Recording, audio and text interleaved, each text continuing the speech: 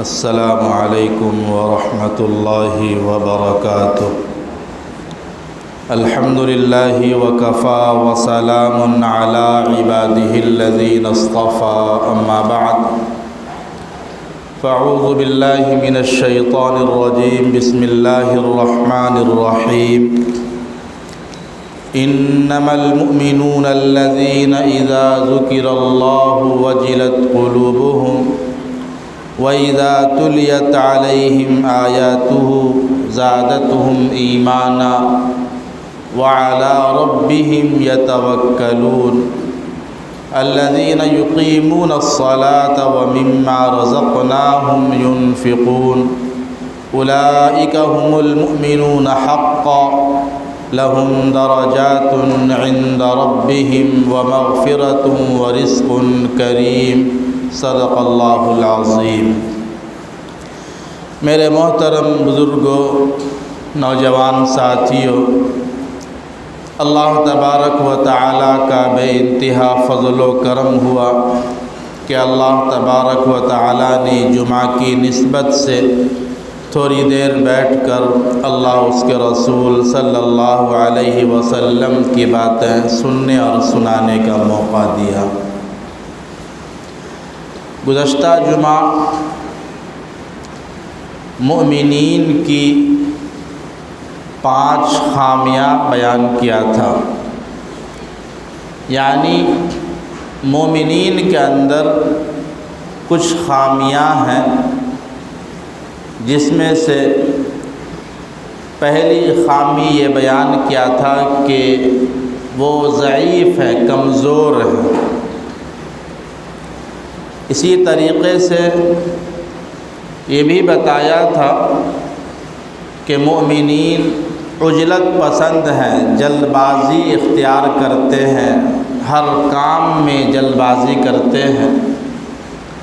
اسی طریقے سے مومنین بخیل ہیں، بخالت کرتے ہیں، جہاں خرچ کرنا چاہیے وہاں خرچ نہیں کرتے ہیں۔ اس طرح سے گزشتہ جمعہ مومنین کی 5 خامیاں بیان کیا گیا تھا۔ آج میں نے خطبے میں قرآن پاک کی جو آیت تلاوت کی ہے، یہ پارہ 9 سورہ انفال کی آیت ہے، جس میں اللہ تبارک و تعالیٰ نے مومنین کی، حقیقی مومن کی 5 صفات کو بیان کیا ہے۔ یعنی مومن کامل، حقیقی مومن کے 5 صفات ہیں، جس کو اللہ تبارک و تعالیٰ نے قرآن مقدس کے اندر پارہ 9 میں سورہ انفال کے اندر بیان کیا ہے۔ میرے محترم بزرگوں اور دوستوں، اللہ تبارک و تعالیٰ کا ارشاد ہے، انما المؤمنون الذین اذا ذکر اللہ وجلت قلوبهم، کہ ایک حقیقی مومن وہ ہے کہ جب اس کے پاس اللہ کا ذکر ہو، اللہ کا نام لیا جائے، اللہ کا تذکرہ ہو، تو اس کا دل لرز اٹھے، دل میں لرزہ پیدا ہو جائے جب اللہ کا نام لیا جائے۔ انما المؤمنون الذین اذا ذکر اللہ وجلت قلوبهم، حقیقی ایمان والے وہ ہیں، سچے ایمان والے، کامل ایمان والے وہ ہیں کہ جن کے پاس اللہ کا تذکرہ ہو، اللہ کا نام لیا جائے، اور اللہ کے خوف سے، اللہ کے ڈر سے اس کا دل لرز اٹھے۔ آج ہمارا حال یہ ہے کہ ہمارے دلوں کے اندر خوف خدا نہیں ہے، دل ہمارا اللہ کے خوف سے خالی ہے، جس کی وجہ سے ہم کھل کر کے بلا کسی خوف و خطر کے اللہ کی نافرمانی کرتے ہیں، اللہ کے احکام کو توڑتے ہیں، اللہ کی حکموں پر نہیں چلتے ہیں، اللہ کے بتائے ہوئے طریقے اور نبی پاک صلی اللہ علیہ وسلم جس کی تعلیم دی ہے اس تعلیم سے ہم روگردانی کرتے ہیں، اس لیے کہ ہمارے دل میں اللہ کا خوف نہیں۔ انسان کے دل میں اللہ کا خوف ہوتا ہے تو وہ انسان ہر قدم پہ سوچتا ہے، ہر کام سے پہلے غور کرتا ہے کہ اس میں اللہ کی ناراضگی تو نہیں، اس کام سے اللہ خفا تو نہیں ہو جاتا ہے۔ اگر اللہ اس کام سے ناراض ہوتا ہے، خفا ہوتا ہے تو انسان اس کام کو کرنے سے رک جاتا ہے، ڈرتا ہے۔ وَإِذَا إِنَّمَا الْمُؤْمِنُونَ الَّذِينَ إِذَا ذُكِرَ اللَّهُ وَجِلَتْ قُلُوبُهُمْ، حقیقی ایمان والے کی پہلی خصلت، پہلی صفت یہ ہے کہ جب اس کے سامنے اللہ کا تذکرہ ہو تو اس کا دل لرز اٹھے۔ آج ہم بے باکانہ انداز میں گناہوں کے راستے بے خوف ہو کر کے گناہوں کے راستوں کو تلاش کرتے ہیں، گناہوں کے راستوں پہ چلتے ہیں، گناہ کرنے کے موقع تلاش کرتے ہیں، اور پھر جب ہم سے کوئی گناہ سرزد ہو جاتا ہے تو ہم اس پر افسوس بھی نہیں کرتے، ہم اس پر ندامت کے آنسو بھی نہیں بہاتے، بلکہ ہم خوش ہوتے ہیں کہ آج میں نے گناہ کیا، شیطانی حرکت کیا، شیطانوں والا عمل کیا۔ جب بھی ہم کوئی عمل کے لیے جائیں تو اس وقت غور کریں، سوچے کہ اللہ ہمیں دیکھ رہا، البصیر، اللہ دیکھنے والا، وہ دیکھ رہا ہے۔ ہم کسی بھی کنارے میں چلے جائیں، کسی بند کمرے میں رہیں، اللہ ہر جگہ موجود ہے، اللہ دیکھ رہا۔ البصیر کا استحضار ہونا چاہیے، البصیر، اللہ دیکھ رہا ہے۔ ایسے ہی السمیع، اللہ کے ناموں میں سے ایک نام ہے سمیع، اللہ سن رہا۔ ہم جو بولتے ہیں، جو کہتے ہیں، زبان سے جو الفاظ نکالتے ہیں، اس کو اللہ سن رہا۔ یہ کیفیت ہمارے اندر ہونی چاہیے کہ اللہ بصیر بھی ہے، اللہ سمیع بھی ہے، اللہ دیکھتا بھی ہے، اللہ سنتا بھی ہے، اللہ علیم بھی ہے، وہ جانتا بھی ہے۔ جب یہ کیفیت انسان کے اندر ہوگی تو انسان کا دل لرزے گا، انسان کا دل کانپے گا اللہ کی نافرمانی کرنے سے۔ اسی طریقے سے مومن کی دوسری صفت اللہ نے بیان کیا ہے، وَإِذَا تُلِيَتْ عَلَيْهِمْ آيَاتُهُ زَادَتْهُمْ ایمانا۔ ایمان کامل ایمان والے وہ ہیں کہ جب ان کے سامنے قرآن پاک کی تلاوت کی جائے تو ان کا ایمان بڑھتا ہے۔ وَإِذَا تُلِيَتْ عَلَيْهِمْ آيَاتُهُ زَادَتْهُمْ ایمانا۔ جب قرآن پاک کی تلاوت ہم سنیں تو ہمارے ایمان کے اندر اضافہ ہونا چاہیے، ہمارا ایمان بڑھنا چاہیے۔ اگر یہ کیفیت ہمارے اندر ہے تو یقیناً ہم حقیقی مومن ہیں۔ قرآن پاک سن کر کے انسان کو مزہ آتا ہے، قرآن پاک کی تلاوت کرنے میں انسان کو چاشنی آتی ہے، قرآن پاک کو پڑھنے اور سننے میں انسان کو جب مزہ آتا ہے تو انسان کا ایمان بڑھتا ہے۔ حقیقی مومن کی دوسری صفت یہ اللہ نے بیان کی، وَإِذَا تُلِيَتْ عَلَيْهِمْ آيَاتُهُ زَادَتْهُمْ ایمانا۔ جب قرآن پاک کی آیتوں کی تلاوت ان کے سامنے کی جائے تو ان کا ایمان بڑھتا ہے، ایمان بڑھتا ہے۔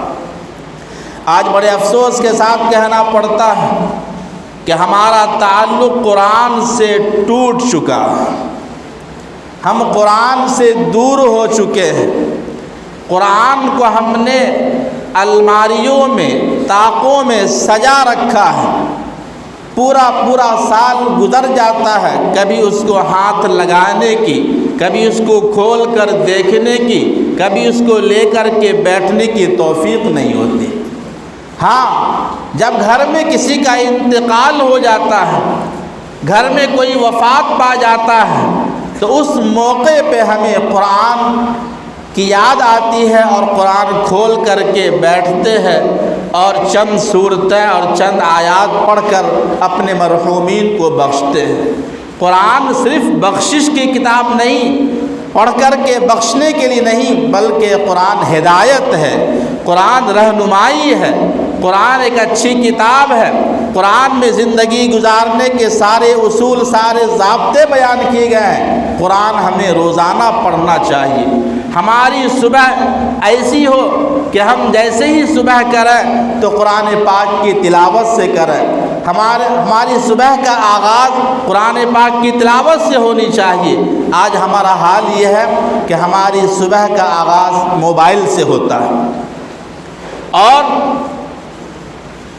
ہم جب رات میں سونے کے لیے جاتے ہیں تو سب سے آخر میں موبائل کو اپنے ہاتھ سے چھوڑتے ہیں اور رکھتے ہیں، اور جب صبح ہوتی ہے تو سب سے پہلے اپنے ہاتھ میں موبائل لیتے ہیں۔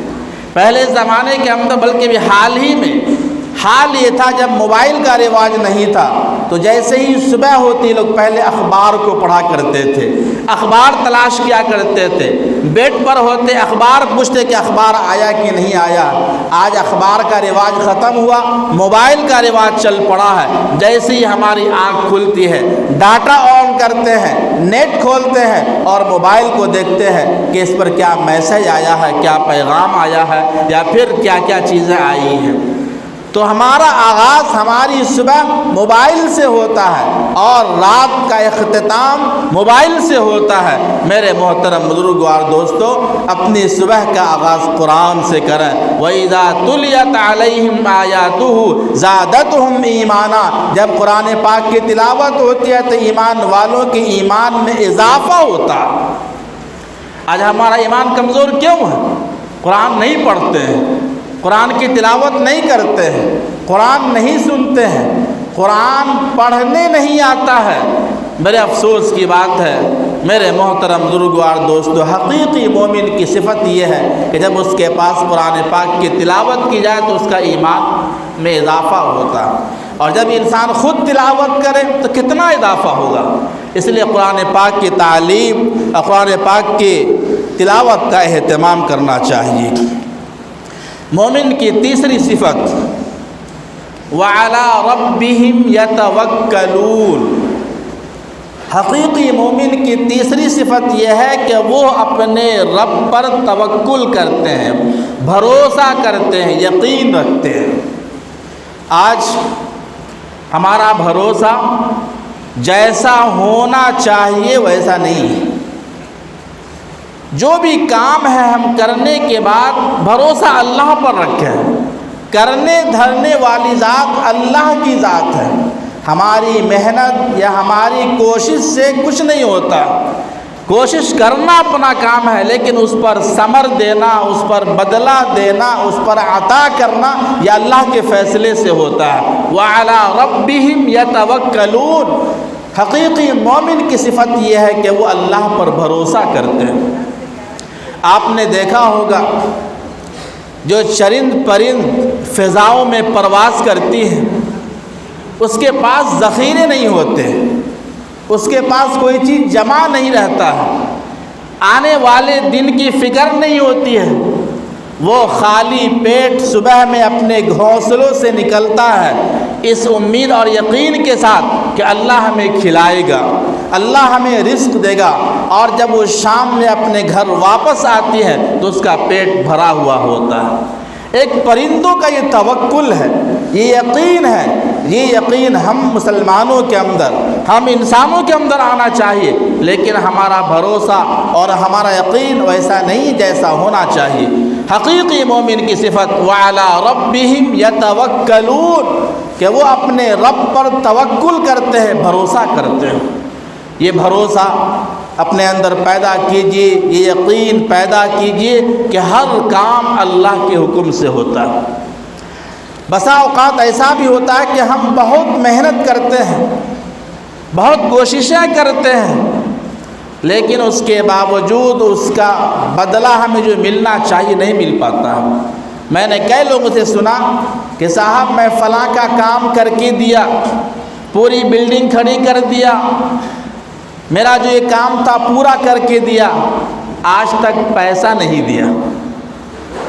ابھی حال میں رمضان میں ایک حافظ صاحب نے سنایا کہ صاحب ایک صاحب نے کہا کہ مجھے میٹیریل بھی دلا دو، کام بھی کر دو، ایک ساتھ پیسے لے لینا۔ میں خوش ہو گیا، چلو کچھ فائدہ ہو جائے گا، میٹیریل بھی دلا دیا، اپنے پیسے سے کام بھی کر کے دیا، آج تک 1 روپیہ میسر نہیں، لے کر کے بھاگ گیا۔ تو ایسا بھی ہوتا ہے کہ انسان محنت کر لیتا ہے لیکن اس کا ثمرہ، اس کا پھل نہیں ملتا۔ اللہ پر بھروسہ رکھیے، یقین رکھیے، اللہ پر یقین رکھتے ہوئے ہم کام کریں گے تو انشاءاللہ اللہ تعالیٰ ضرور عطا فرمائے گا۔ تو مومن کی تیسری صفت وَعَلَىٰ رَبِّهِمْ يَتَوَكَّلُونَ، وہ اپنے رب پر بھروسہ کرتے ہیں، توکل کرتے ہیں۔ الَّذِينَ يُقِيمُونَ الصَّلَاةَ، مومن کی چوتھی صفت الذین یقیمون الصلاۃ، حقیقی مومن وہ ہے جو نماز قائم کرتے ہیں، نماز پڑھتے ہیں، نماز پنجگانہ کا اہتمام کرتے ہیں۔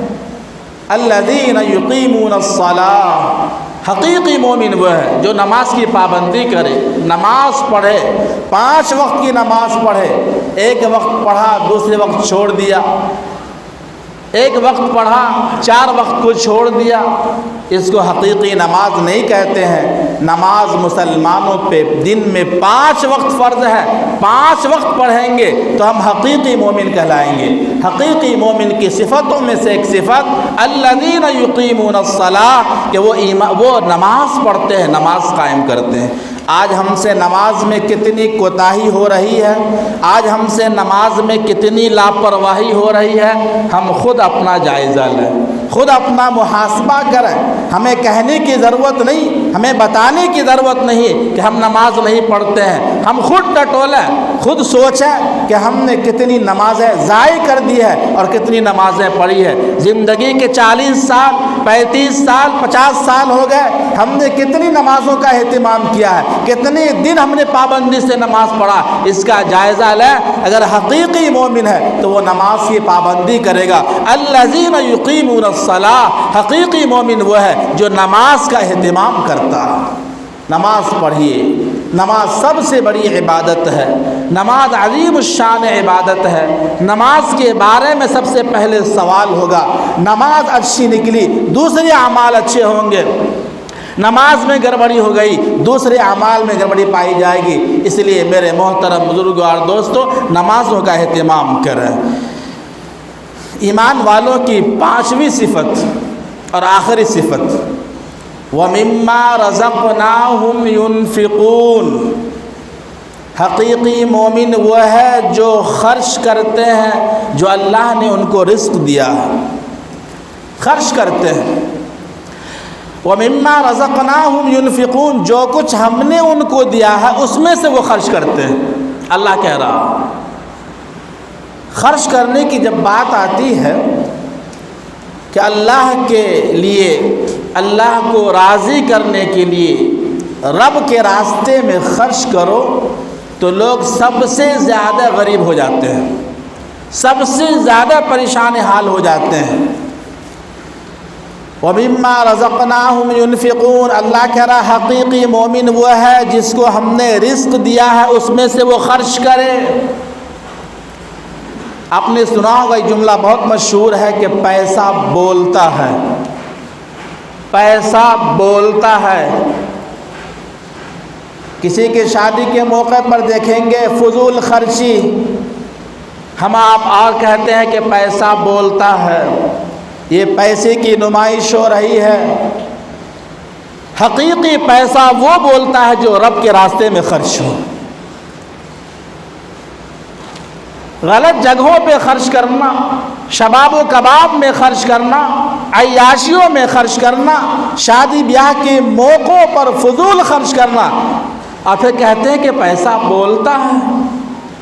یہ تشبیہ صحیح نہیں. پیسہ وہ بولتا ہے جو رب کے راستے میں خرچ ہو، بیواؤں پہ خرچ ہو، یتیموں پہ خرچ ہو، دینی مدارس پہ خرچ ہو، مساجد پہ خرچ ہو، امام و مؤذن کی ذات پہ خرچ ہو، ملازمین پر خرچ ہو، مستحقین پر خرچ ہو. وہاں پہ خرچ کر کے آپ کہیے کہ پیسہ بولتا ہے، تو آپ کا یہ بولنا صحیح ہوگا. فضول خرچ کر کے لوگ کہتے ہیں کہ پیسہ بولتا ہے. وَمِمَّا رَزَقْنَاهُمْ يُنْفِقُونَ.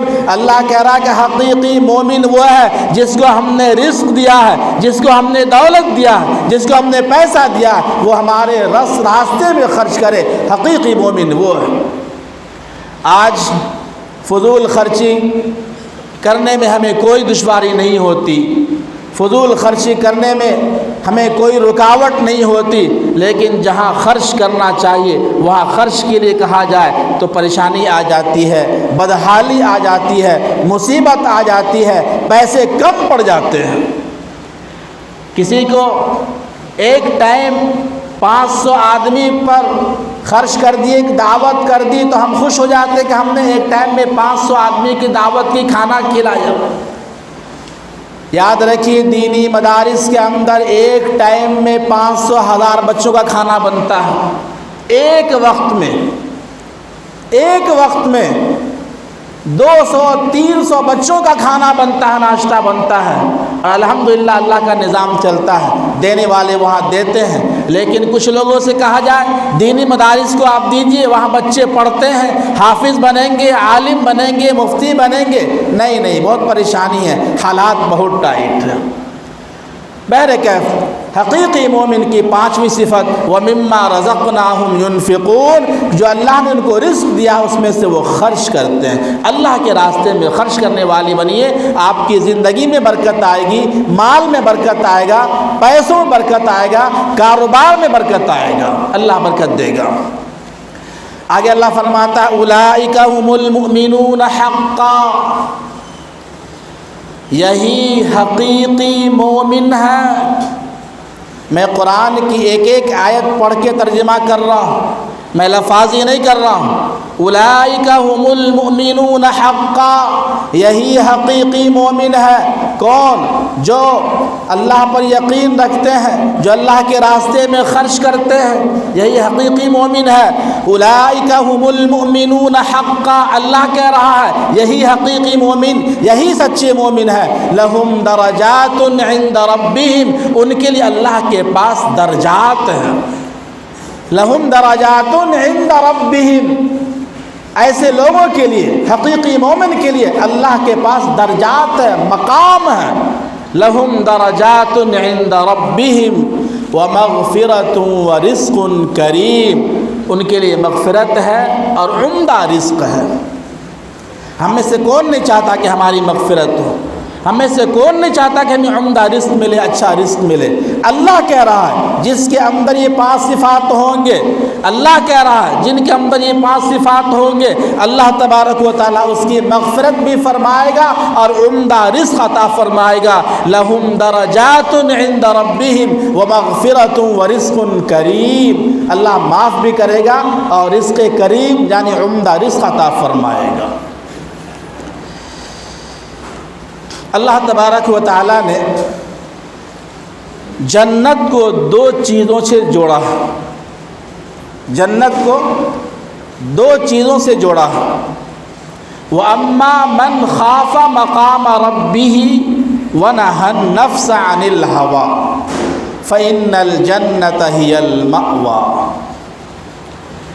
انسان کے دل میں خوف خدا ہو. میں نے شروع میں کہا تھا کہ انسان کے دل میں خوف خدا ہو، اللہ سے ڈرتا ہو. دوسری آیت میں اللہ خود فرما رہا ہے جنت کے حصول کے لیے، جنت حاصل کرنا ہے، جنت کا اپنے آپ کو مستحق بنانا ہے، تو اللہ نے اس کو 2 چیزوں سے جوڑا ہے. 2 چیزوں سے. پہلی چیز وَأَمَّا مَنْ خَافَ مَقَامَ رَبِّهِ، کہ جو اپنے رب کے پاس کھڑے ہونے سے ڈرتا ہو. یعنی ایک وقت آئے گا ہماری موت ہو جائے گی، پھر موت کے بعد قیامت قائم ہوگی، اور قیامت میں ہمیں اللہ کے پاس حاضر ہونا ہے، اپنے کیے ہوئے کا جواب دینا ہے۔ وَأَمَّا مَنْ خَافَ مَقَامَ رَبِّهِ، جو اپنے رب کے سامنے کھڑے ہونے سے ڈرتا ہو، جس کو اس کا استحضار ہو کہ رب کے پاس حاضر ہونا ہے، رب کو جواب دینا ہے، رب کے پاس پیشگی ہوگی، یہ خوف دل کے اندر ہے۔ وَنَهَى النَّفْسَ عَنِ الْهَوَىٰ، اور اپنے نفسانی خواہشات سے بچتا ہو، اپنے نفس کی پیروی کرنے سے بچتا ہو، ایسا انسان کا ٹھکانہ جنت ہے۔ دو کام ہے اس کے اندر، ایک اللہ سے ڈرنا اور دوسرا نفسانی خواہشات سے بچنا۔ وَأَمَّا مَنْ خَافَ مَقَامَ رَبِّهِ وَنَهَى النَّفْسَ عَنِ الْهَوَىٰ فَإِنَّ الْجَنَّةَ هِيَ الْمَأْوَىٰ، ایسے ہی لوگوں کا ٹھکانہ جنت ہے۔ فَإِنَّ الْجَنَّةَ هِيَ الْمَأْوَىٰ۔ اس کے بعد ایک واقعہ میں نے نوٹ کیا، صدیق اکبر رضی اللہ تعالی عنہ ایک جگہ پہ کھڑے تھے تو دیکھا کہ پرندہ چہک رہا ہے، چہکتے ہوئے کبھی یہ ٹہنی پر، کبھی وہ ٹہنی پر، کبھی اس درخت پہ، کبھی اس درخت پہ۔ آپ بھی دیکھے ہوں گے، ہم بھی دیکھتے ہیں۔ تو انہوں نے اس پرندے کو مخاطب ہو کر کے کہا کہ اے پرندہ، تو بڑا خوش نصیب ہے، بڑا خوش نصیب ہے تو، ایک تو تم آزاد ہو اور آزادی کے ساتھ تم ایک ٹہنی سے دوسرے ٹہنی پر، ایک درخت سے دوسرے درخت پر چہک رہے ہو، اور جب تم ختم ہو جاؤ گے تو تم سے حساب نہیں ہوگا، تم سے کسی بات کی باز پرس نہیں ہوگی، تم سے سوال و جواب نہیں ہوگا۔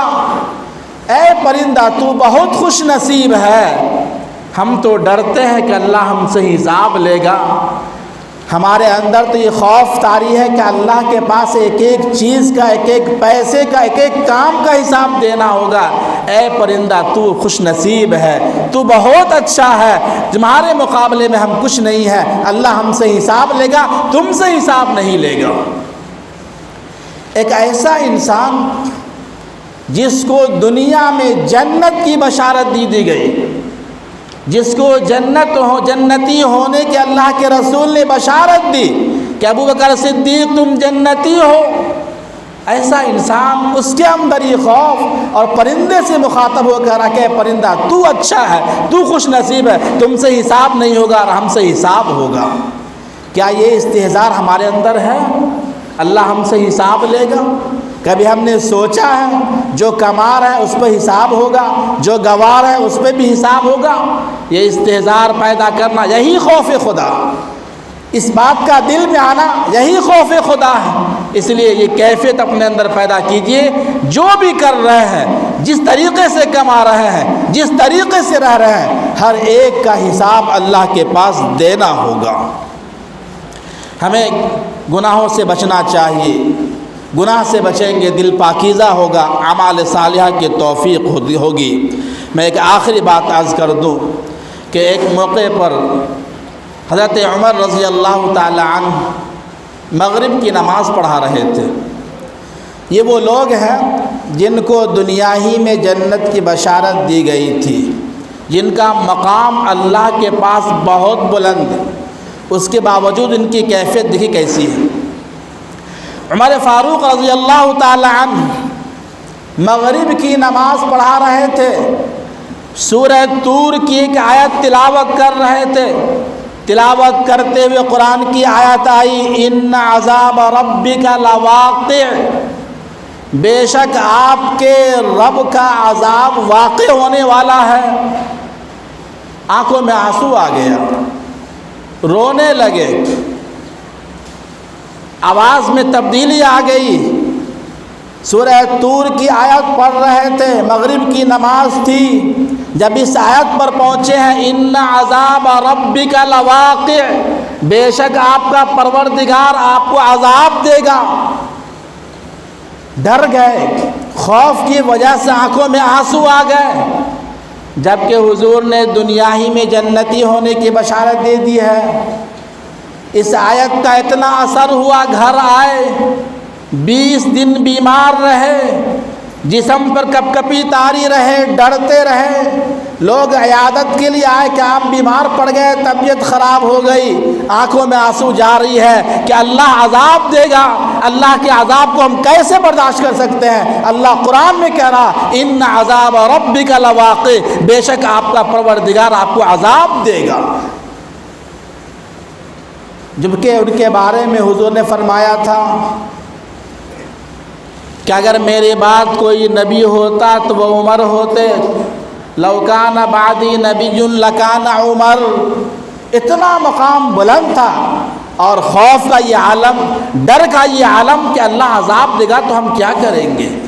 میرے محترم بزرگوار دوستو، اللہ سے ڈرنے کی ضرورت ہے، اللہ کا خوف دل میں پیدا کرنے کی ضرورت ہے، قرآن سے ہمارا تعلق جوڑنے کی ضرورت ہے، ورنہ یاد رکھیں کہ ہم حقیقی مومن نہیں کہلا سکتے۔ حقیقی مومن کی جو 5 صفات بیان کیے ہیں، اللہ تعالیٰ